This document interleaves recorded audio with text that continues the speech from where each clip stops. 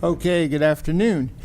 We have the four of us up here. Welcome to open session. In the afternoon, we have 4 information briefings and Commissioner Kyler joining us from sunny Oklahoma. Just a reminder, all these information sessions are designed to be 15 minutes and no longer. And feel free, you don't have to take up to that 15 minutes. Just saying that out loud. With that said, the Historical Society of Carroll County.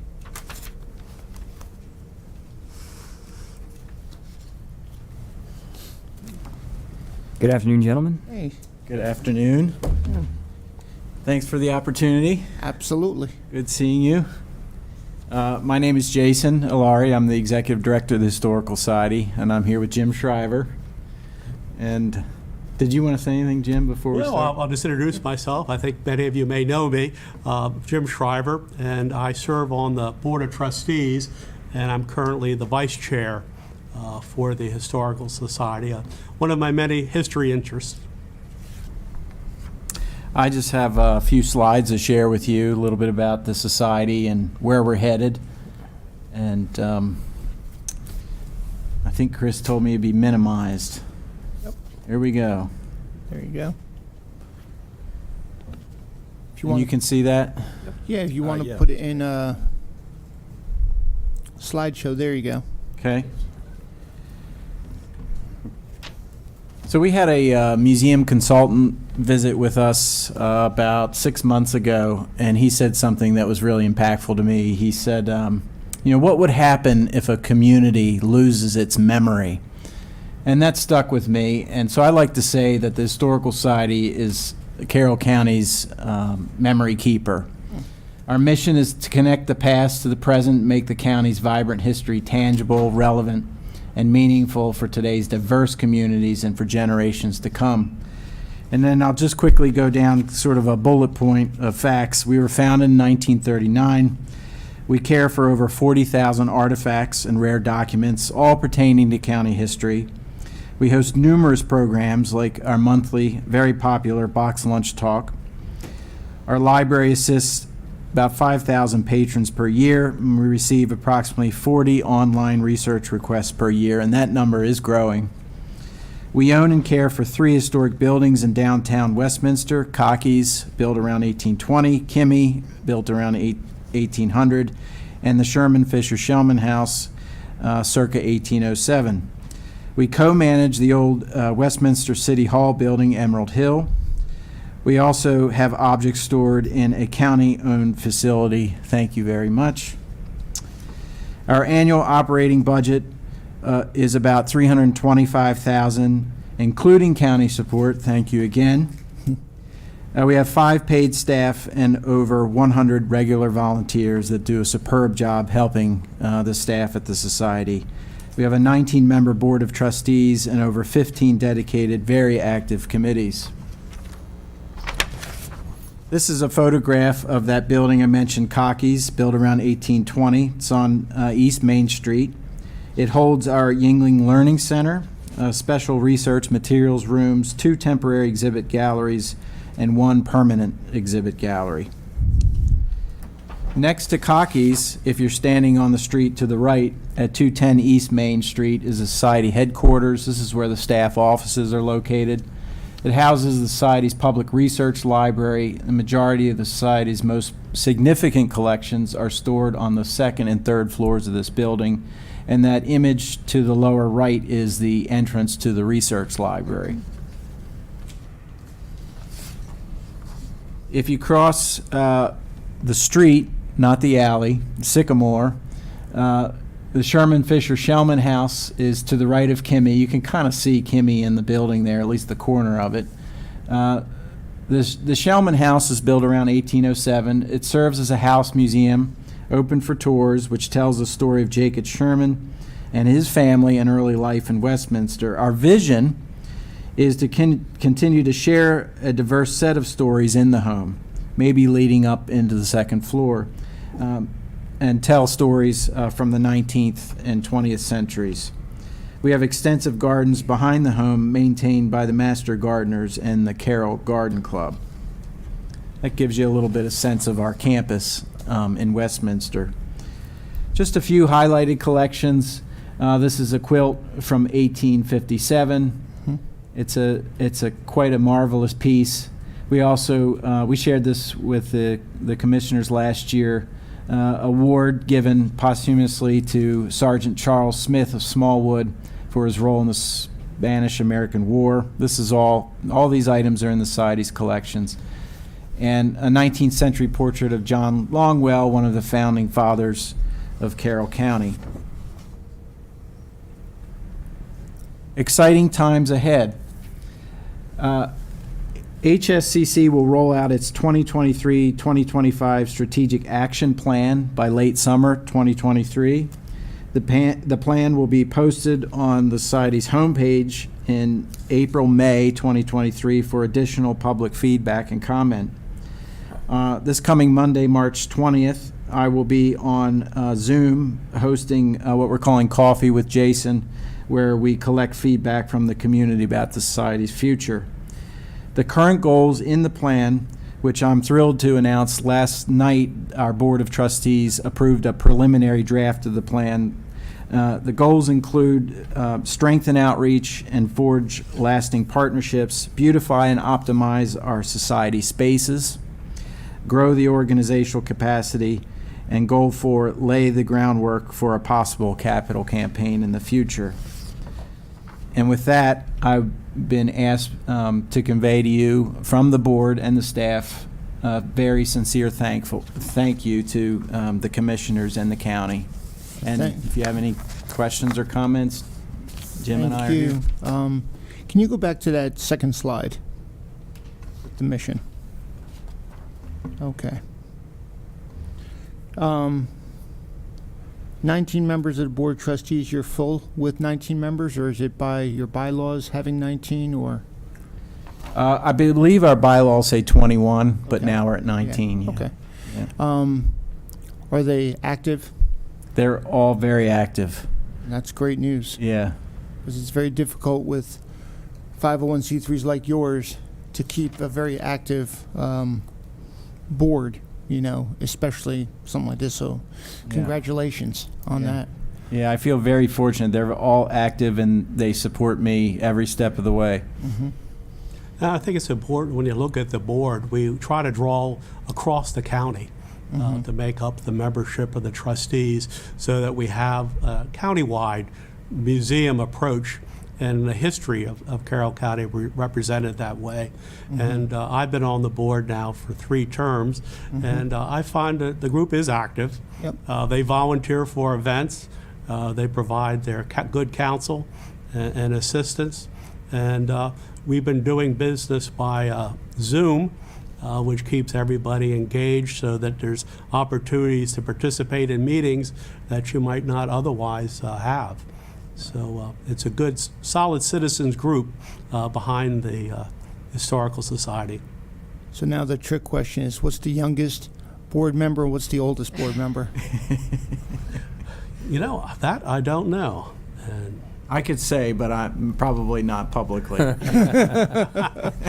You know, as long as the median age is not 75 and above, you're doing pretty good. You don't want to mess But that up. it's just a challenge to get active board members, so I do congratulate you on that. Yeah. Okay. Well, and I'll just mention this real quick. Always good, and anybody that's not aware, I'll mention it to my fellow commissioners. The box lunch talks are always a really nicely done event. I know you'll have one coming up with Art Riley. I've known Art since childhood and very involved with Kiwanis, but was a longtime pharmacist, so always good to see conversations relating to local people in the history of the community. And I'll just mention this. It's always nice to see the portrait of John Longwell, as I know Jim knows. I don't know if Jason knows or not, the whole backstory of how that emerged and turned up. We're lucky that wasn't lost to the ages. That turned up in a pretty odd way, and the Historical Society ended up with it. So. Yeah. And just a quick note about the box lunch talks. We were given a gift from an anonymous donor to underwrite the recording and production of those talks that now each one is on YouTube. so the public can see those, and they're in high definition quality, so. That's a great opportunity to expand your viewership, Yeah. to say the least, yeah. It's awesome. I think it's important when you recognize that we're more than just buildings that are being preserved. We're an active organization, that outreach with the Lunchbox Talks, bringing history out to people, having a research library that people can use, and also publications. If you have an opportunity to read any of the publications that the Historical Society puts out, they're well-written, researched, and they enhance the interpretation of Carroll County. And so it's a total package that you have, preserving an important structure like the Shellman House that would have been torn down if the organization would have been founded in 1939. Okay. Any questions, comments? Okay, thank you very much. Thank you, gentlemen. Thank you. Thank you for your continued support. Absolutely. Okay, excuse me, Shepard Pratt, formerly known as, you're not here? Shepard Pratt? I don't know the person that's coming, I don't believe.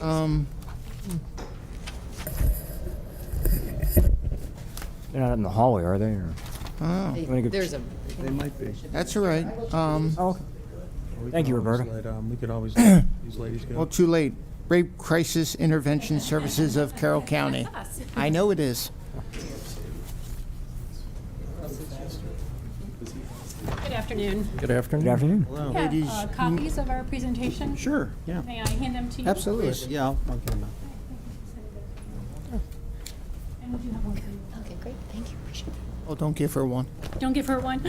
I thought she was a special inclusion in that packet. Thank you very much.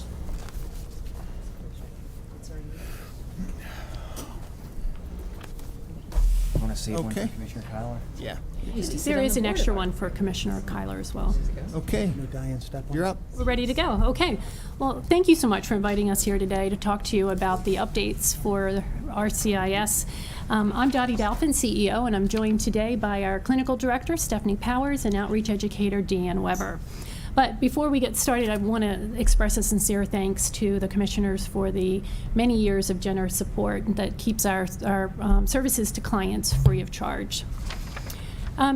As you know, RCIS has a rich history here in Carroll County. We're proud to talk about the good work that we've done over the years since 1978 when we were founded. However, services have remained essentially unchanged from that time until now. With our recent award of the Child Sex Trafficking Screening and Services Grant provided by the state of Maryland, we now are able to take on an expansion of the work that we do. And we refer to this grant as CST. So as we talk today and you hear us say CST, that's our short reference to that very longly named grant. So we were able recently to update our mission statement to reflect that we now will see clients and victims of all ages. Previously, we were seeing only those 12 years of age and older. In addition, we've secured new office space in the Winchester Exchange building, in addition to our office space across the street in the Workforce Services building. And we are entirely grateful to you all for that space. It has been fundamental in helping us to maintain our budget over the years. So the new space that we will hopefully finish moving into by the end of the month is going to provide a much needed safe and trauma-informed setup. That has been an important aspect of what has been needed for our clients over the years, but was not attainable to us until this new grant came through, which will pay for that additional space. We're a small staff. We have 6 full-time employees and 1 part-time employee currently. But in light of the additional work that needs to happen with the child sex trafficking services to be provided under the grant, we're working to fill key positions. We've just recently identified the successful candidate to be the regional navigator for those services, but we will also need a child therapist and a crisis support person. So we're looking to bring those on as quickly as possible. A little background about how RCIS was selected to do this important work. Last July, I was contacted by the director of the Maryland Coalition Against Sexual Assault and asked to consider putting forth a competitive grant application in short order. So our team quickly rallied. We conducted research on what it takes to run a successful program. We collaborated with other sexual assault agencies or domestic violence agencies who currently provide this type of service. And then we sought out letters of support from the community. At that point, we were able to put forth our application within a few weeks. And then we waited, and we waited, and we waited some more. And it wasn't until about 8 weeks ago that we finally heard from the state that we would be awarded the grant to do these services. And so the RCIS team has hit the ground running in the ways that I described, finding the additional space, updating the mission, and so on. However, there is still much work for us to do in this startup phase, as the coordination of services for CST victims will be different and more complex than what we're currently providing to our clients. I'm happy to say that it is anticipated that the continuation of the CST grant will be happening in FY24 and beyond, so that will enable us to continue to provide the service and retain the space that we've just leased in the last couple of months. For additional details, I'm going to ask Stephanie to talk more about the clinical program. Stephanie? So I oversee all direct client services over at RCS, and the services that we have thus far are, of course, our 24-hour helpline. That's where we get the majority of our referrals. It's manned 24 hours a day by either staff or agency volunteers, and we have about 24 active agency volunteers who do the helplines and our accompaniments. Accompaniments are when we go to the hospital when someone has a forensic exam done. We will go to the commissioners if it's after hours for a protective order, go to court. We have a great relationship with Carroll Community College and McDaniel, so we're involved with both of their Title IX programs. So if a student comes forward saying that an assault happened on campus, we can sit through them through the entire judicial process. We also do accompaniments to schools and to the detention center. We offer individual and group counseling. Right now it's myself and a part-time therapist seeing, I think you'll see on 2 slides later, already in this fiscal year, we've had 473 counseling sessions. So that's a lot of counseling sessions for 2 people. We also do community referrals. I have a very strong policy with my staff that if someone calls, because we're listed in a lot of community directories as crisis center, and I don't want to ever turn anyone away just because they don't necessarily fit what they're asking. We've had a gentleman call saying his basement was flooded. Great, let's hook you up with some services that can help you, because we always want to be able to give a warm handoff for anyone who calls. Deanne is our wonderful outreach and education specialist. She has been amazing the last few months getting us connected with the school systems, going in and giving exuberant amount of presentations to students and really connecting with the students. We've probably had more disclosures from students about sexual violence or harassment that they have experienced in the last year than we have ever had in the almost 5 years I've been with the agency. On the next page is just our statistics. Again, this year we've already had 142 new clients, 154 helpline calls, 34 walk-in crisis sessions, 23 accompaniments, 473 counseling sessions. Deanne's done 26 community outreach events and has presented to over 1,500 high schoolers and 2,700 middle schoolers. In comparison to last fiscal year, we've already surpassed all of our numbers. I don't know, COVID definitely played an impact on the numbers that we are seeing. It was way less helpline calls. We switched over to virtual services, which has been great because it's continued to allow people to access counseling when otherwise they wouldn't be available. So we see a lot of people on their lunch breaks, in their cars, and it really allows us to be very flexible with our scheduling. Our hopes for the CST grant are to add a regional navigator. So former Governor Hogan in 2019 passed legislation that basically provided more services for survivor and increased prosecution for perpetrators of sex trafficking. With that, they instituted the policy that every county should have a regional navigator that kind of acts as a case manager to train agency officials throughout the county, and then to work to help to screen any survivors that are coming through. Carroll County, when we first were approached about filing this grant, we talked to Westminster City Police, we talked to the Sheriff's Office, we talked to every jurisdiction, and everyone had the same response. Well, yeah, we see it, but we don't know what the numbers are because we don't know what to do with it. So in learning this, we've partnered with the state, and then we've also partnered with Hartley House in Frederick County. They started their Regional Navigator program 2 years ago, and they currently have over 50 open cases of child sex trafficking. And when we met with them last week, they said that they currently have at least 4 victims that, had our county had a program, would have been in our jurisdiction. So we imagine that once we get this out and rolling and really increase education on what is considered trafficking, that we will definitely be seeing numbers. Just to kind of briefly go over what trafficking is, I think when a lot of people hear human trafficking, they think transporting people over borders, or really just kind of like foreign nationals as opposed to domestic trafficking. What we know in the United States is 60% of trafficking cases is actually done by families. And it's actually really common in rural areas such as our county.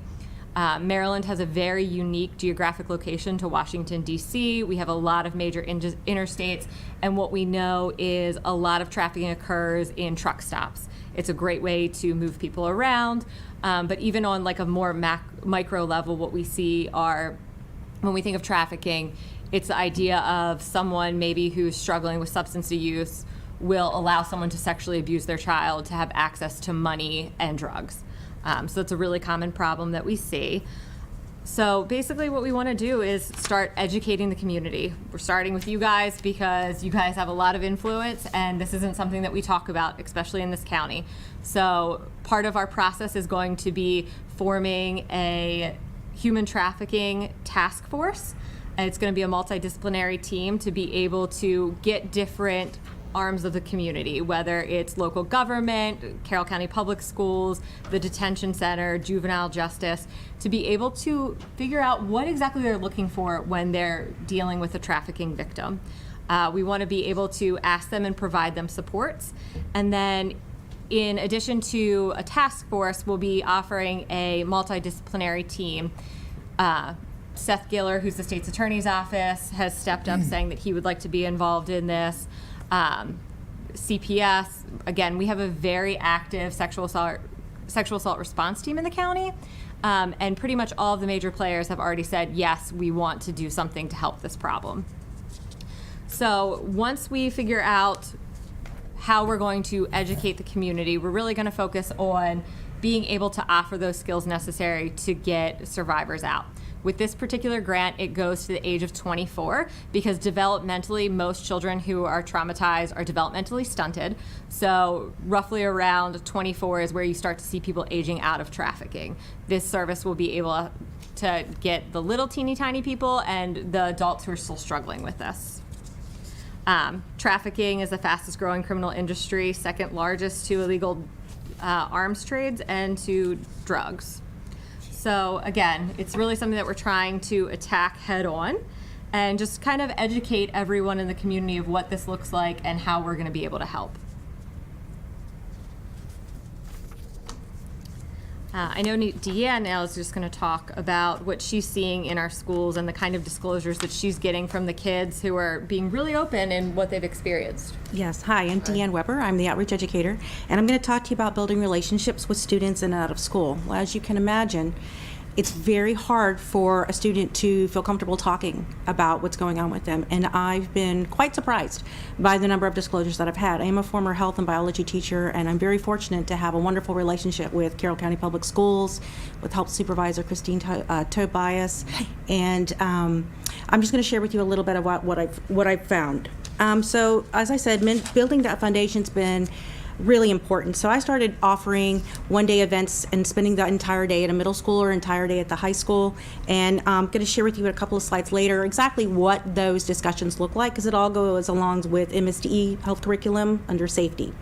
And, you know, I've had 67 disclosures between October of 2022 and February of 2023. And those included rape, sexual assault, sexual harassment while gaming online, catcalling, digital abuse, physical abuse, sextortion, and yes, child sex trafficking. It's been very humbling to have students leave me notes that just say, I'm a victim of this happened to me. Thanks for letting me know I'm not alone. And of course, some of these students are really good about, disclosing very quickly to me, passing a quick note to me so that I can identify them to call CPS, because obviously I'm a mandated reporter. But like I said, I keep building those relationships. And since I'm in the school so much, and I'm going to be out next week, 3 days in a row, I'm really working on that foundation. So students are starting to recognize me. They're gaining that ability to recognize I'm not just words, I'm more than words. So my agency is also more than words. We're really there for them 24/7. And I talk a lot about the helpline. So I wanted to share with you on that next slide where it says where the education and support starts, community partners and students. I wanted to share with you just how much outreach I'm doing. So RCIS and community partnerships include Connect Into Us, the Boys and Girls Club. I presented to them just a couple of weeks ago, and it's now turned into a volunteering and tutoring as well outside of work. Circle of Caring Outreach Subcommittee, Youth Homelessness Subcommittee of the Carroll County Continuum of Care. I'm on the Maryland, the MNADV, which is the Marylanders Against Domestic Abuse. The Carroll County Health Department and McDaniel College, we partner together at their STI clinics, so I provide lots of resources there, as well as I'm at Carroll Community College. And as I mentioned, I have a very good working relationship with Carroll County Public Schools. In fact, I coordinate with them with service hours. I've been able to coordinate with Curtis Pierce, their supervisor of school security as well. And as you can see, the different topics that I do discuss with students. And Health 1 is sexual violence overview. Health 2, Maryland laws, scenario safety planning. Health 3 is bodies response to trauma. The middle school presentations include healthy boundaries, sexual harassment, and relationships shouldn't hurt. It's interesting because students really struggle with healthy boundaries and understanding what that is and what a relationship really looks like. Unfortunately, right now, intimate partner violence, teen dating violence, those statistics bounce back and forth to round 1 and 3 for ages 10 to 24, guys and girls put together, and that's the statistic we use at MNADV for that subcommittee. So I spend a lot of time of talking about healthy relationships. Even throughout high school, we still go back to healthy relationships. This next slide over is sexual violence as a continuum. And I share with you these colored bubbles because these are the topics that students bring to me. That these are things that they're experiencing in school. And these are the things they're struggling with. And this is what they want help trying to understand and get through as victims. And then on my last slide, of course, I'm going to plug Walk a Mile in their shoes. So feel free to ask us any questions. That's a great presentation. Any comments, questions? I'm going to say thank you for what you do. I mean, I could not even begin to imagine the kind of stuff that you deal with daily. And, as terrifying and horrible as this is, I'm glad to know that there are people like you who are there to assist those who are in need. So thank you for that. No, well said. Yeah, you always want to say it doesn't exist, but it does. And, just ditto to what you said. Fortunately, we have the talent to help minimize this. You work closely with CCYSB as well. Oh, yes. Again, I said it earlier, Senator Cardin was at CCYSB, and we talked about some of this and the partnerships that we have in dealing with this. So, yeah, I mean, there's not a whole lot more to say except, resources are time, people, and money. And you can get some money, as you do from different places, from the grant. But a lot of times, the value of time and people. So getting our advocacy, getting our time, getting our, focus, like one of you said, as influencers. Sometimes we don't know what message we should be getting out, helping us navigating that to then influence a community, to send your message, to be the gospel of what you're sharing to get out to the community. I think is a resource that sometimes is not tapped nearly as much as it could be, So, I just ask use it. Yeah. Any Just one minute. Go ahead, Mike. Go, Mike. Other one? Good. So it's interesting. It sounds like your scope is about to change, and that's fairly a monumental change for your organization. So, but it sounds like it's a much needed change. Yes. I'm curious if people call from outside the county or even the state. I mean, no, not the state. Let's say the county. They call from Frederick or Baltimore County. We often get calls from Pennsylvania since we're so close to Littlestown, Hanover, Gettysburg. We have a lot of flow over. Depending on which staff is funded by which grants, we're able to provide those services for the helpline or walk-ins. Counseling gets a little stickier just because you have to be licensed in the state where you're practicing. But we will always refer those out. A few years ago, we did some Facebook advertisements because as much as we love a billboard, Facebook's quick and easy, and it's only $5. And we kept getting calls from Massachusetts, Florida, from really anywhere looking for those supports. Luckily, through the national network, it's really easy to go in, put in somebody's zip code, and be able to connect them with local services. And I mean, and clearly, I would imagine in most cases, there's a place where the law enforcement comes in to this equation at some point. So, I mean, I would imagine that varies, but I would also imagine that you probably get people who don't want that to happen. So how, generally speaking, how do you navigate that? So that's been one of our challenges because there are certain jurisdictions within the county that are super supportive. We know all the officers and the detectives that are in their special victims. Maryland State Police tend to be a little bit more difficult just because they have to follow different protocols.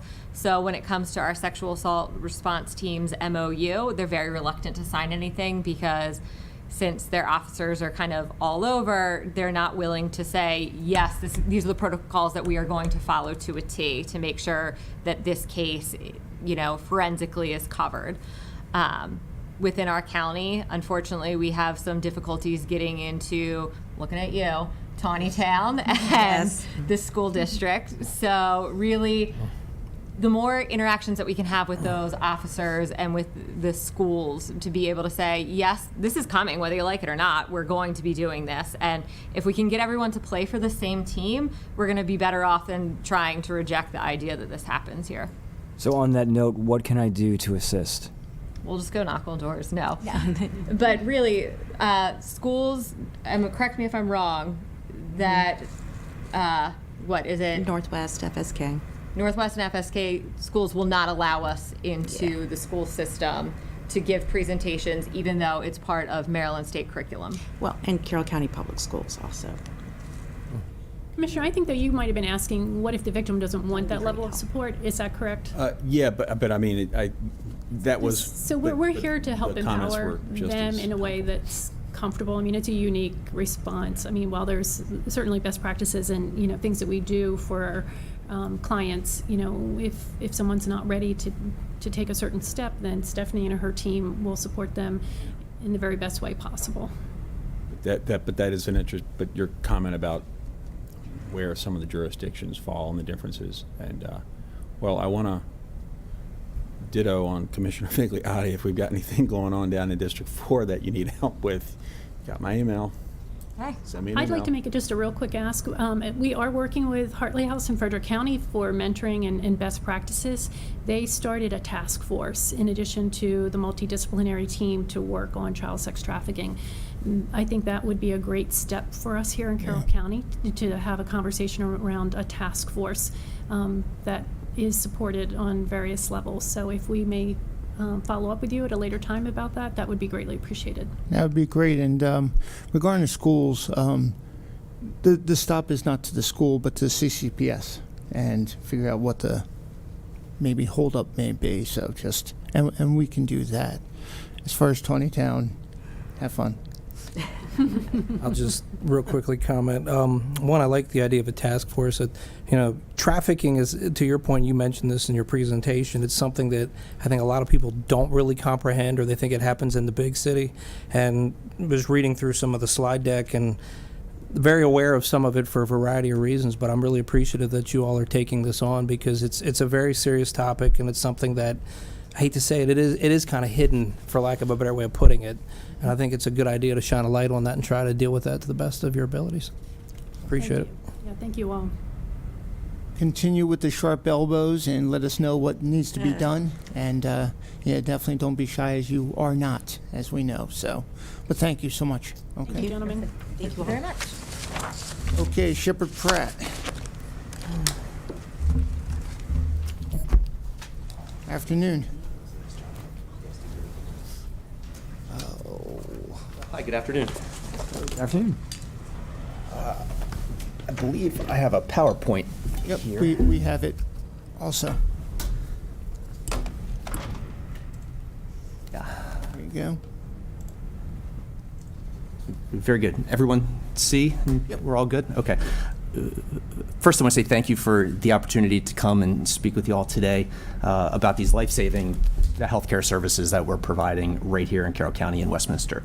First, a little bit about myself. My name is Dan Young. I'm an LCPC here in Maryland. I've been employed with Shepherd Pratt since 2004. I kind of joke with people that it's really the only job that I've ever had. I've done everything from driving vans and making lunch to leading the clinic now. And just a little bit more about myself, that I have really deep roots to this community. I was born and raised in Hampstead. I went to North Carroll High School, Western Maryland College, and later McDaniel College. And why is that important in this context? It's important because this county and this community has been so good to me and provided me with such opportunity, and I feel so connected to it and its people that I just feel honored to be in a position to run the clinic, to give back to a community that's frankly given so much to me. And it's just a very important, I feel honored to be in this position. So the history of our presence here in the community. So we've been providing mental health care services here in Westminster for over 30 years, going way back to the 1980s with Carroll County Health Department. Later in the 1990s, a company called Granite House. In 2008, it's Mosaic Community Services. And then we went through a branding with Shepherd Pratt that started back in roughly 2020. Now, we were always an affiliate of Shepherd Pratt, but a loose affiliate. So I worked there for many years and had no real idea why we were connected to Shepherd or how we were connected to them. But what we've done in the last several years is gone through a unified branding. And what that's done is it's allowed us to tap into the large scope and breadth of the Shepherd Pratt Health System that allows us to provide additional healthcare services to people outside of the county, which is inpatient, substance abuse treatment, things that we don't do here in Westminster, but we have greater access to it through streamlined access and things like that. It's been a very good thing for the Carroll County residents that we are now a part of the larger Shepherd Pratt Health System. So this is an overview of what we do. So we're providing comprehensive behavioral health care services to people. So we're doing psychiatry, therapy, we're doing crisis work, we're doing residential treatment here in Westminster. And again, we have access to inpatient hospitals and access to substance abuse treatment in a much more streamlined way now. These are the common disorders that we're treating. We're treating anxiety, depression, attention deficit disorder, bipolar disorder, schizophrenia, PTSD, which did not make the list, but we are doing that too, just to get kind of a very brief overview of the type of work that we're doing. Right now, the clinic has a census of roughly 900 clients. We are serving primarily Carroll County residents, but we are serving people outside of the county, and we are serving people across their lifespan, so it's children, adolescents, adults, and older folks too. Why we do it, and this is the most important thing for me. We're deeply committed to the well-being of the community. We have seen the need for mental health services go through the roof, particularly during COVID. March of 2020, we had about 750 people. And it just skyrocketed from there because the need was so great.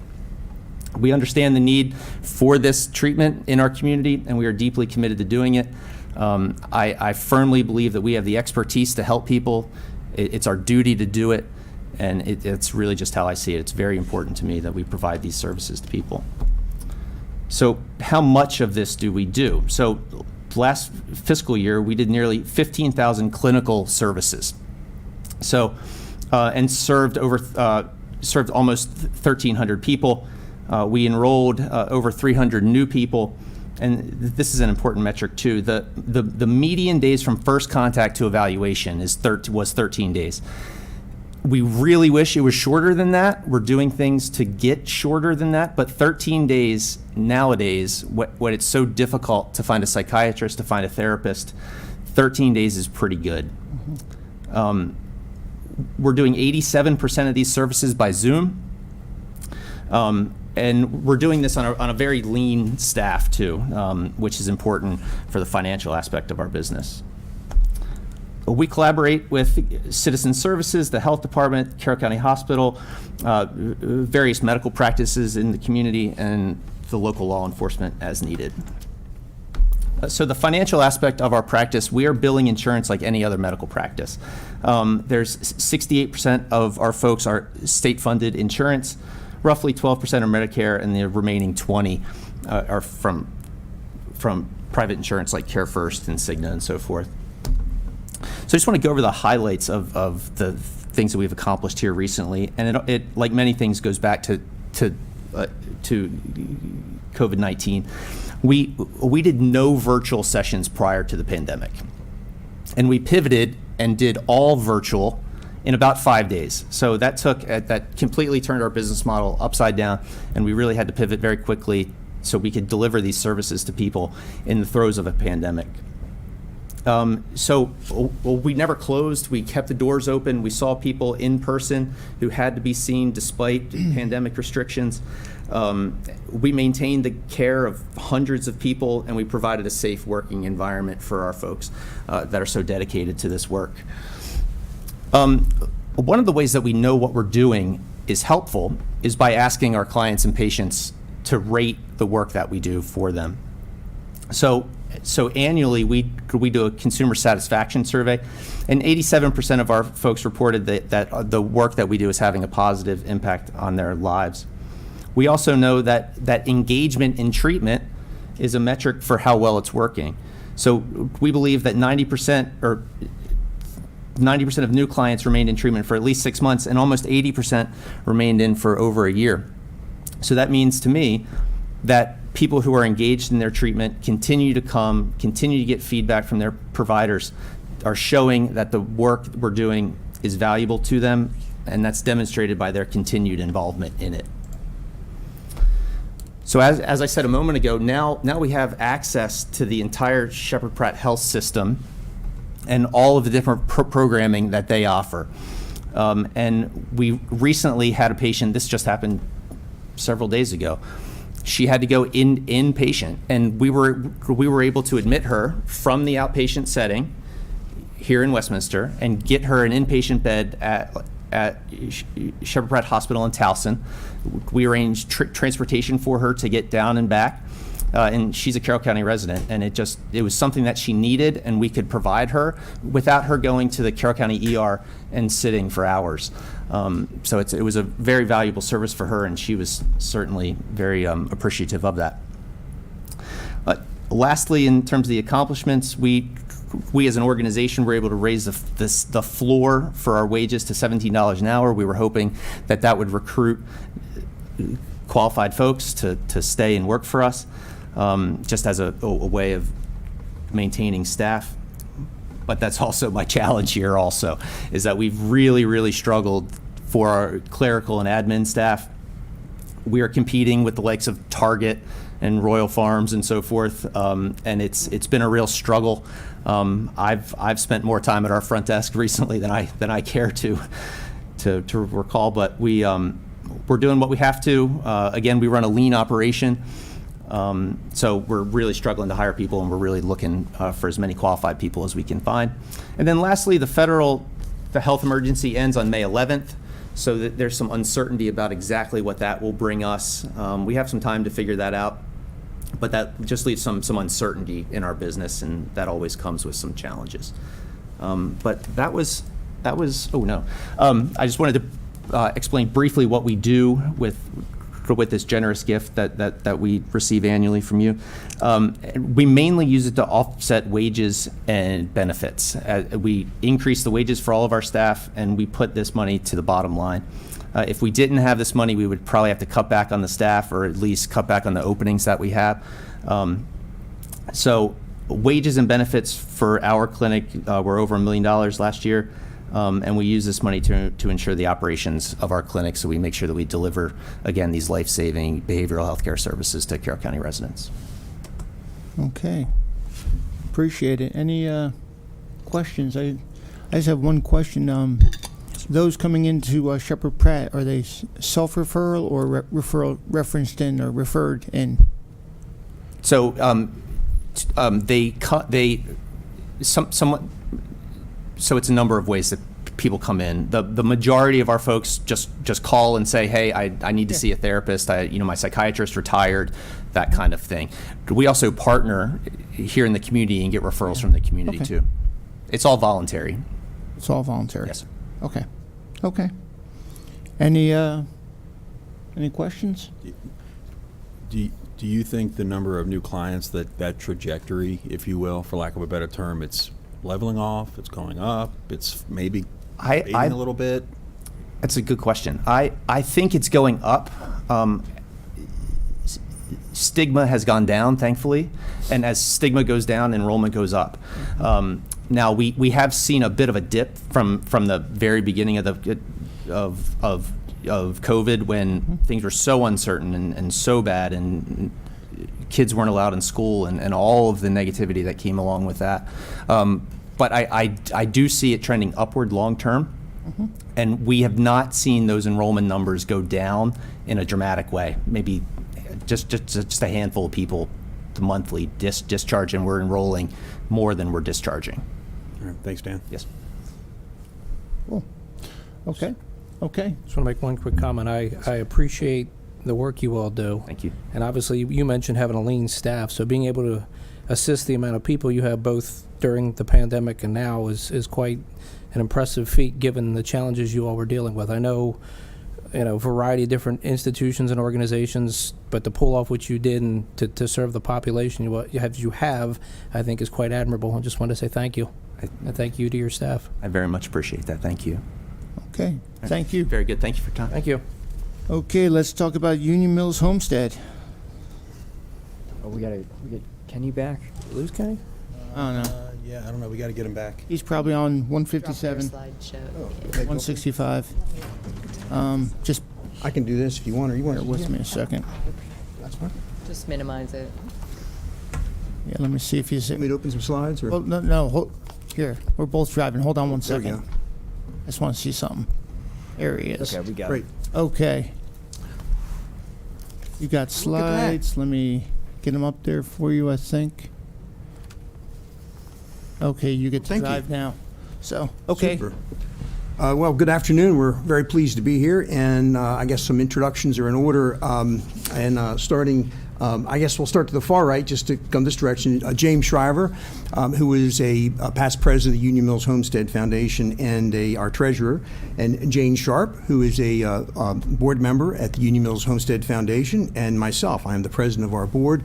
And to the point about time and all the different resources that we draw upon, the service, I probably shouldn't have done this because it added up to a few too many years than I expected. The combined service of the three of us comes to over 125 years of service to the Union Mills Homestead and to the citizens of Carroll County, which surprised me a little bit, but we've been at it for a while. I guess this opening slide is just a nice little segue to the point of collaboration, which is really a hallmark of the Union Mills Homestead since it was founded as a joint enterprise back in 1797. And that's really been the kind of tradition at the site. Through the 19th century, two brothers operated the site, different parts of the operation. And in the 20th century, different generations of the family owned the site at various times. No one ever really had 100% of the site. And then in the 1960s, when the Union Mills Homestead Foundation was formed, and in early 1970s, the foundation took ownership before passing the ownership on to the county. And since then, certainly that history of collaboration has been a very important part of what we do at Union Mills. And I think you all probably know a lot of the site history, so I won't go into it in depth. But I think it is always nice to have that, since the history is so long and deep and important, to have that context in terms of the early industrial history, that early industrial complex, and then these series of very important industries at the site: the A.K. Shriver and Sons Tannery, and then a little bit later in the 19th century, the B.F. Shriver Company Cannery that was formed there. And then, of course, I think so many of our citizens are aware of that Civil War history.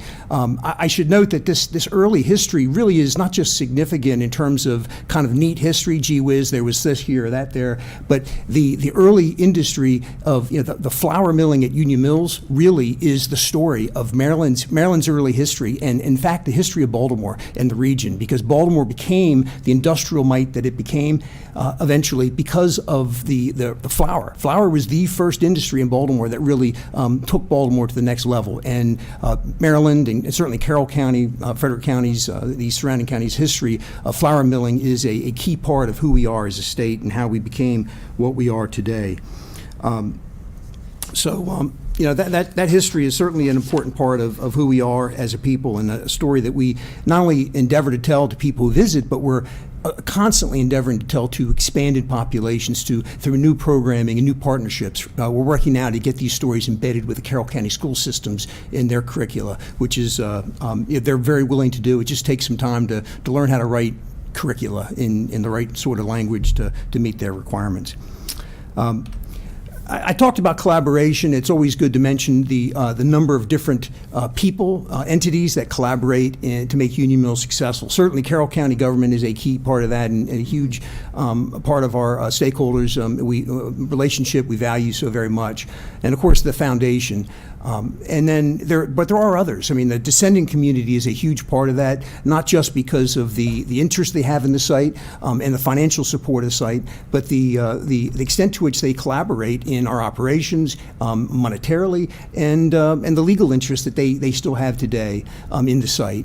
The Maryland Historic Trust has an easement on the property, and so there's a large amount of collaboration to make sure that what we do there meets with historic standards and maintains the authenticity of the site, which is just so critical to the success of the site and what it is in the future, because there are very few sites that are out there across the country that have the degree of authenticity that we've been able to keep at Union Mills. And that is the kind of the linchpin, the first kind of entryway to expanded potential opportunities, for instance, as a National Historic Landmark. And then, of course, the community at large. You come by Union Mills on any of our large events, and you just see the thousands of people come out and love the site. Certainly the community is a key part of maintaining Union Mills as successfully as it is maintained, and to keep the operations running. At lean staff, huge amount of volunteers required to keep the site running. Just some key stats that we always like to make sure you're aware of in terms of the level of activity. Certainly these larger events and then the smaller events, which we were very proud of. For instance, the Historical Society last year started having its bourbon and bocce event at Union Mills. We're very proud to host there. Overall, we get over 10,000 visitors a year to the site in various capacities, folks coming in. And that's important, not just because of the flow of people in terms of the economic opportunities, economic benefit to the community, but in terms of the number of dollars that pass through to support those events, local vendors, local businesses who are benefited by the activity there. And I should note that in terms of the visitation of the site, the activity, not just is open to those tours that we hold, but the involvement of those, I guess, folks who are invested in the day-to-day operations. And our membership is a key part of our success and our ability to provide the services we provide. Over half of our members are life members, people who have committed for a lifetime of monetary support of the operation. And then, of course, the social media presence that we have is expanding all the time. And then the last stat I would point out is since 2017, the Union Mills Homestead Foundation has secured $334,000 in grants to that have benefited the site. And that number does not include county grant, and it does not include our matches. A lot of these grants come with match requirements, so certainly the number's higher than that.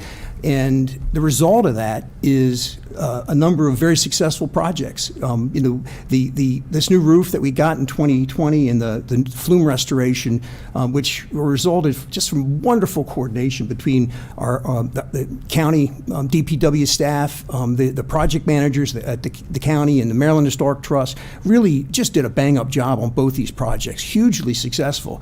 But the roof project came with a $100,000 grant, bond bill grant from the from the state to the foundation, and the flume restoration resulted from a $96,000 grant from the Maryland Historic Trust to the foundation. Again, both basically made all three of us, the foundation, the Maryland Historical Trust, and the county, partners in the successful restoration of these key parts of the facility. So, with that, I think what I'm going to do is pass it over to James for a few comments. Okay, I'd like to run a little bit through the history of the homestead, and its foundation started in 1964, and it was founded by three brothers, two of them who happened to be history professors, and they started the museum as a summer enterprise. In fact, it attracted President Eisenhower and Mamie stopping by to visit, and what we have at the homestead is authentic buildings, genuine artifacts, and real documented history. So we have, as a small museum, three key parts that make us unique: the original buildings, the original artifacts, and the history of letters, documents, and business records to support that. And we've enjoyed what I consider a 50-year collaboration with Carroll County as owners of the property. It was transferred to the county in around 72, 73, and that transfer helped generate a grant to stabilize and store the mill. And then since then, we've also contributed to getting the Miller's House restored. We hosted the first wine festival at Union Mills, and the proceeds from that we put into the stabilization and restoration of the bark shed. And we did have one tragedy. We lost a building to an arsonist, and the homestead contributed the $10,000 of the insurance deductible to allow the restoration of that building. And we continue to support where we can. It's an interesting private-public relationship where we can leverage our status as a nonprofit to expand and get grants, and also our ability to have volunteers. I call that the force multiplier, where we work with a small staff. I am pleased to say that we've hired a full-time executive director to lead our staff, because we want to move into a next generation of management. We know we're a fine quality small museum, but there's room to even grow and be better at our interpretation. And we've hired a professional, 20 years experience, but still young enough to lead us forward as we have just implemented our own strategic plan. So I look at us as a quality museum. Previous board had already approved us to try for the national landmark status, and if we're successful there, that will have an additional landmark in Carroll County. There's only one now, the Whitaker Chambers Pumpkin Farm, and we would be the second national landmark in Carroll County if we're successful.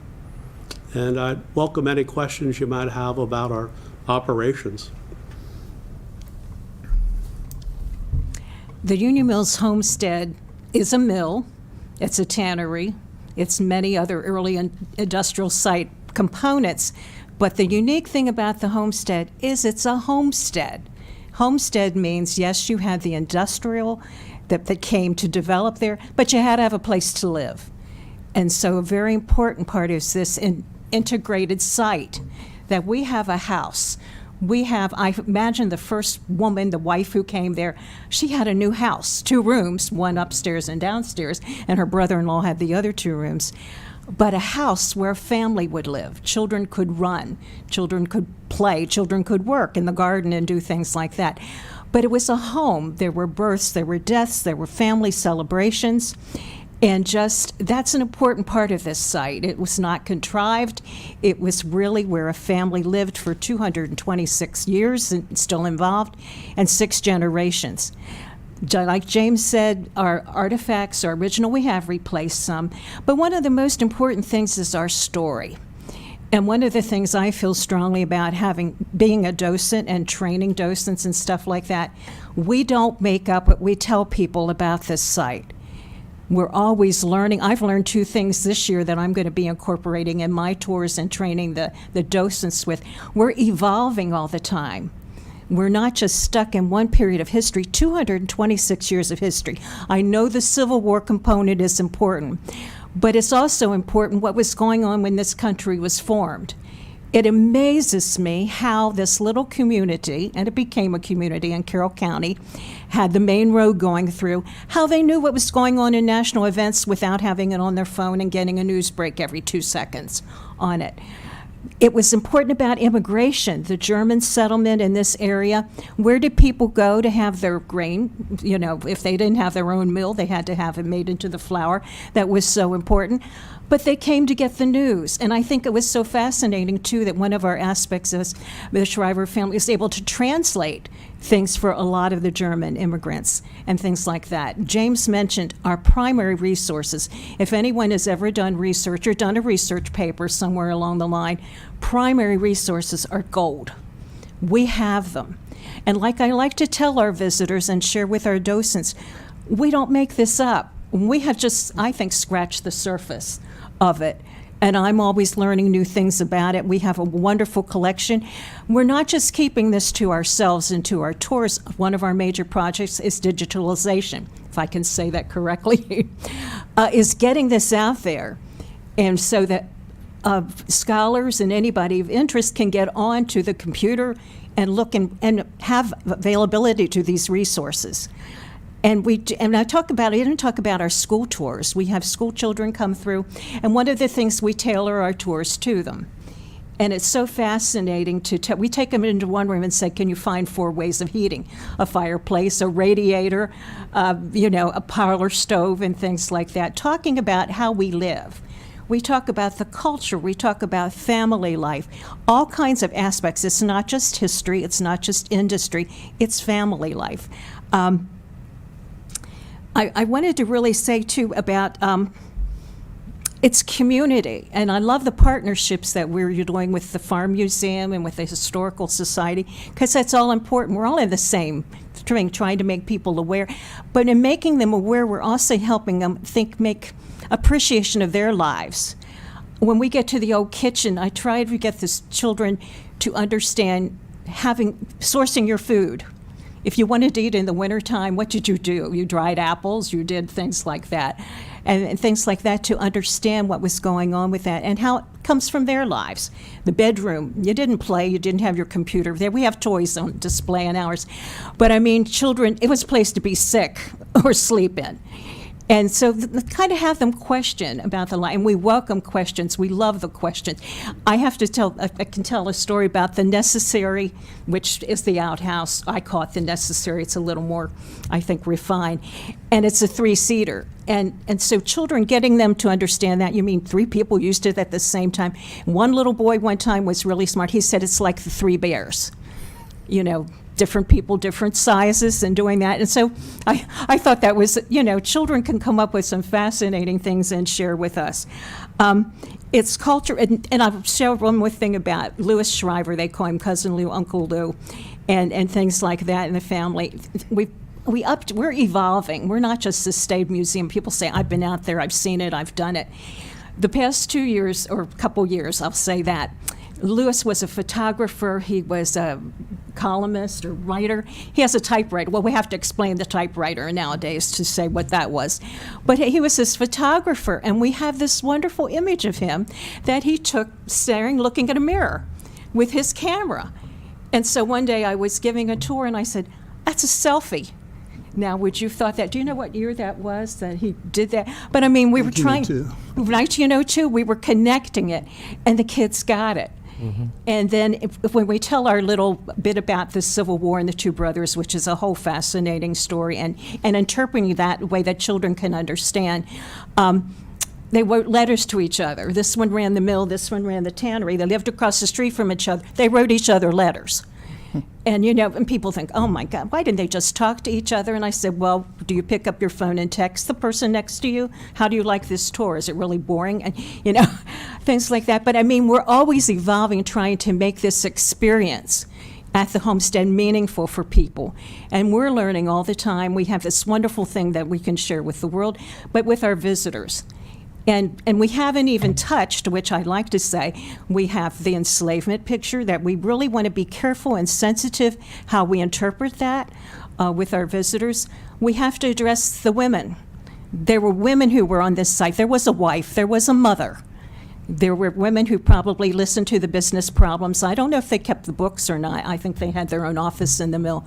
But we have so much more story to tell. And our stories are authentic, and we're enthusiastic about it, and we think it's important. I think it's important for people to know where we've come from, to know that Francis Scott Key stood on that balcony and gave a speech, to know that Roger Brooke Taney, now that's an interesting one to express now, knowing how that different political situations are in favor, out of favor, to be sensitive to that, but people still know to know it happened. It's a teaching moment. It's something that I don't want to see swept under the carpet. And, well, we can't say his name. We won't express that he was there and gave a speech in the Dred Scott decision. We have to address it, and I think we can do it in a sensitive way. So if we have culture, we have family. We are a homestead. Thank you. And thank you for all your support you've done over the years for us. Thank you. Thank you. Thank you all very much. Thank you very much. Comments or questions? And we still have more stories to tell. I'm sure you do. This digitization project Okay. is going to be huge because we have one of the largest collections of family papers in the state of Maryland, much of it down at the Maryland Historical Society, the Maryland Center for History and Culture, but we've got it on microfilm. So getting that available to the research is going to be huge. And we are grateful for the support. In fact, paving is going on right now at the homestead, and I supported the county, and we're grateful for that attention to keeping the grounds, the facilities, the buildings, that upkeep that's so important for the longevity of the site. Okay. I really appreciate the time and appreciate the information you provided. Thank you very much. Thank you. Oh, come Okay. see us. Yes. We Thank we you. love to have you out. Absolutely. To come through and go from the basement to the attic and see it all. Sounds good. All right. Okay, anything else to be discussed? Commissioner Kyler, get to wrestling. I need a motion to adjourn. Motion to adjourn? Somebody's got a second. Okay. Any discussion? Absolutely none. All in favor? Aye.